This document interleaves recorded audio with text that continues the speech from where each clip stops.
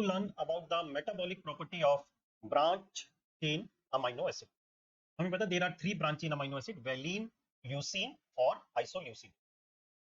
अगर हम देखें इसका बेसिकली कैटाबॉलिज्म, तो कैसे ये ब्रांच चेन अमाइनो एसिड जैसे और अमाइनो एसिड कैटाबलाइज होता है, तो ये कैसे होगा कि पहले द वैलिन, ल्यूसिन और isoleucine they undergo transamination reaction. तो as a result of the transamination ये जितने भी अमाइनो एसिड हैं ये अपने कीटो एसिड के अंदर कन्वर्ट हो जाएंगे.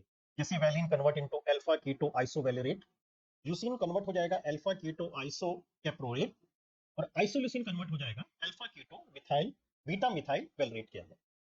फिर ये keto acid it undergo oxidative decarboxylation, means यहां पर एक कार्बन डाइऑक्साइड बाहर आएगा and there is formation of NADH and they convert into their coenzyme में कि alpha keto isovalerate it convert into isobutyryl coenzyme में, alpha keto isocaproate convert into isovaleryl coenzyme में and alpha keto beta methyl valerate it convert into beta methyl butyryl coenzyme.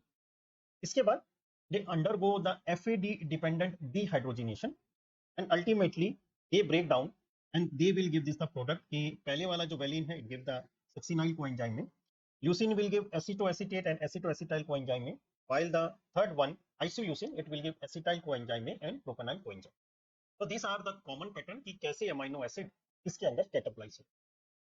अब हमें यहाँ पर एक याद रखना है इसका एक क्लिनिकल सिग्निफिकेंस. वो क्या है कि दूसरे step where we get oxidative decarboxylation, यहाँ पर एक हमें एंजाइम चाहिए. एंजाइम का नाम है branch chain alpha keto acid dehydrogenase complex. Branch chain alpha keto acid dehydrogenase and also talking about the complex, क्योंकि ये तीन एंजाइम और 5 कोएंजाइम से जोड़ के बना होता है, इसलिए इसको हम कॉम्प्लेक्स कहते हैं. और ये चीज हम पहले भी डिस्कस कर चुके हैं कि बॉडी में इस तरह के 3 कॉम्प्लेक्सेस हमें देखने को मिलते हैं. पहला कॉम्प्लेक्स है जी PDH कॉम्प्लेक्स, जब पाइरुवेट से एसिटाइल कोएंजाइम में बनता है. दूसरा कॉम्प्लेक्स है अल्फा कीटो ग्लूट्रेट डीहाइड्रोजिनेस कॉम्प्लेक्स, जो हमें स्क्रब साइकिल में देखने को मिलता है. और तीसरा ये है branch chain alpha keto acid dehydrogenase complex. ये बॉडी में ऐसे 3 कॉम्प्लेक्स है जो सेम 3 एंजाइम और 5 कोएंजाइम को बनने से मिलके बनते हैं. अब इसका यहाँ क्लिनिकल सिग्निफिकेंस क्या है कि अगर इस एंजाइम की डेफिशिएंसी हो जाए तो बॉडी में इनके कीटो एसिड की मात्रा बढ़ जाएगी and this keto acid will come in the patient urine. और अगर यूरिन की बात करें तो वो थोड़ा सा स्वीट स्मेल करेगा, मीठा स्मेल करेगा, एंड जिसके कारण इस डिसऑर्डर का नाम दिया गया मैपल सिरप यूरिन डिजीज, जिसको हम कहते हैं MSUD या which is a classical type. तो अगर हम बात करें due to deficiency of enzyme branch chain alpha keto acid dehydrogenase complex we get MSUD. तो थोड़ा सा इसके बारे में डिटेल में बात करते हैं. पहला तो ये ऑटोसोमल रिसेसिव डिसऑर्डर है. The second feature is, please note कि disease starts in first week of life. ये बहुत इंपॉर्टेंट है कि इसके बहुत अर्ली मैनिफेस्टेशंस देखने को मिल जाते हैं. ऐसा इसलिए भी है कि ये तीनों के तीनों amino acid valine, leucine and isoleucine all 3 are essential amino acid. और अगर टोटल 8 एसेंशियल अमाइनो एसिड में से 3 अमाइनो एसिड जो बॉडी को चाहिए अगर वो कैटाबलाइज ना हो तो we will get the early manifestation. अगर मैं बात करूं क्या क्या हमें क्लिनिकल फाइंडिंग्स मिलेंगी, तो फीडिंग डिफिकल्टी ये कॉमन सी चीज है to neonates.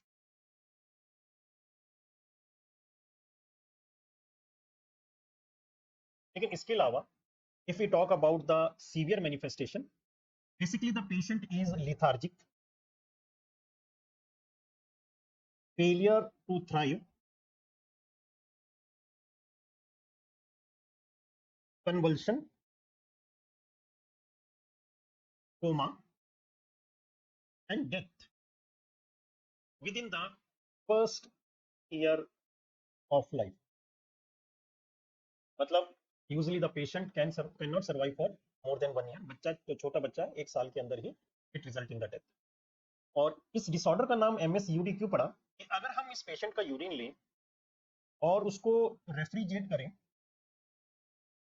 For the next 24 hours तो उसके में से एक स्वीट स्मेल निकलने लगती है. We can appreciate a sweet smell. और ये जो स्वीट स्मेल होगी it resemble like the maple syrup. जैसे मैपल सिरप की स्मेल होती है वैसी स्मेल पेशेंट के यूरिन से दिखेगी. इसलिए इस डिसऑर्डर का नाम है maple syrup urine disease, MSUD। या कुछ लिटरेचर कहते हैं the smell of burnt sugar, उस तरह की भी आपको ये देखने को मिल सकती है, बर्न्ट शुगर की स्मेल देखने को मिल सकती है। तो अगर क्लिनिकल फीचर देखें तो फर्स्ट मोस्ट इंपॉर्टेंट कि within first week of the life disease start, and within first year of the life the patient die because failure to thrive, conventional coma, death, ये इसके features देखने को मिले। अगर हम बात करें बायोकेमिकल टेस्ट की, तो एक टेस्ट है जी डाई नाइट्रोफिनाइल हाइड्रोजन टेस्ट। इसके अंदर ये है कि अगर मैं ये DNP रिएजेंट को इस अननोन सैंपल के साथ मिला दूं तो what we get the precipitate, and this test will tell about the carbonyl group, अगर वो किसी में जो सैंपल है उसके अंदर प्रेजेंट है। कार्बोनिल ग्रुप का मतलब कि which contain of this group called carbonyl group, जो मोस्टली हमारे कीटोन बॉडीज के रूप में या कीटो एसिड के रूप में प्रेजेंट होता है। तो अगर इसके अंदर we get yellow colour precipitate, yellow colour precipitate देखने को मिलता है, तो इट विल इंडिकेट कि जो आपका नोन सैंपल है it is aliphatic amino acid with contain the carbonyl group, जो कीटोन एसिड के रूप में देखने को मिल सकता है, तो इट इंडिकेट दैट। दूसरा टेस्ट है फॉर द रोथरस टेस्ट। रोथरा टेस्ट भी कीटो एसिड को हमें फाइंड करने में मदद करता है। हम इसके अंदर क्या कहते हैं कि सपोज हमने एक यहाँ पर टेस्ट ट्यूब ले लिया, इस टेस्ट ट्यूब के अंदर सबसे पहले हमने डाला रोथरास पाउडर। रोथरास पाउडर क्या कंटेन करता है, ammonium sulphate plus sodium nitrochloride.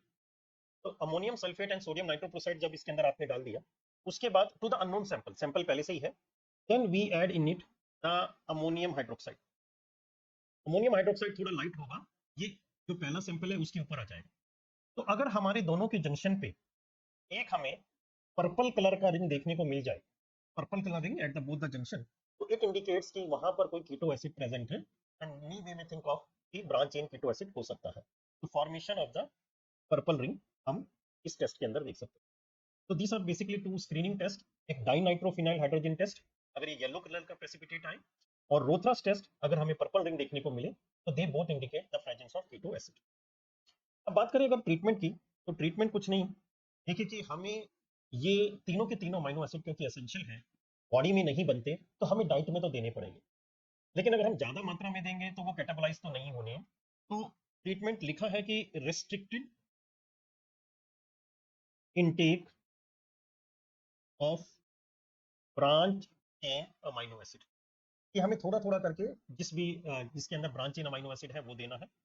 और दूसरी लिटरेचर ये भी कहती है, क्योंकि ये वाला enzyme branch chain alpha keto acid dehydrogenase complex अगर हम देखें, तो जो इसका पहला को एंजाइम है थाइमीन पायरोफॉस्फेट, बहुत इंपॉर्टेंट है।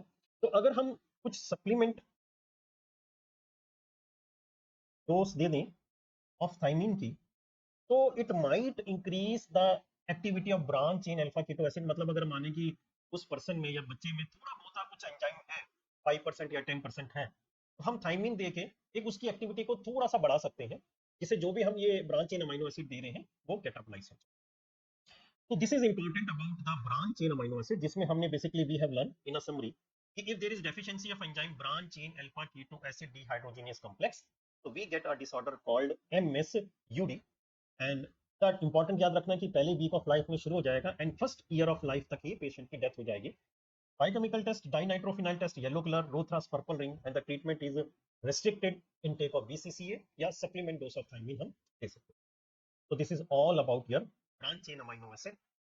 और आखिर में कुछ आपके लिए भी कि इस राज उल्फत को छुपा के रखोगे कब तक, अरे ये वो सन्नाटा है जो शोर मचा ही देगा। Thanks for your time attention.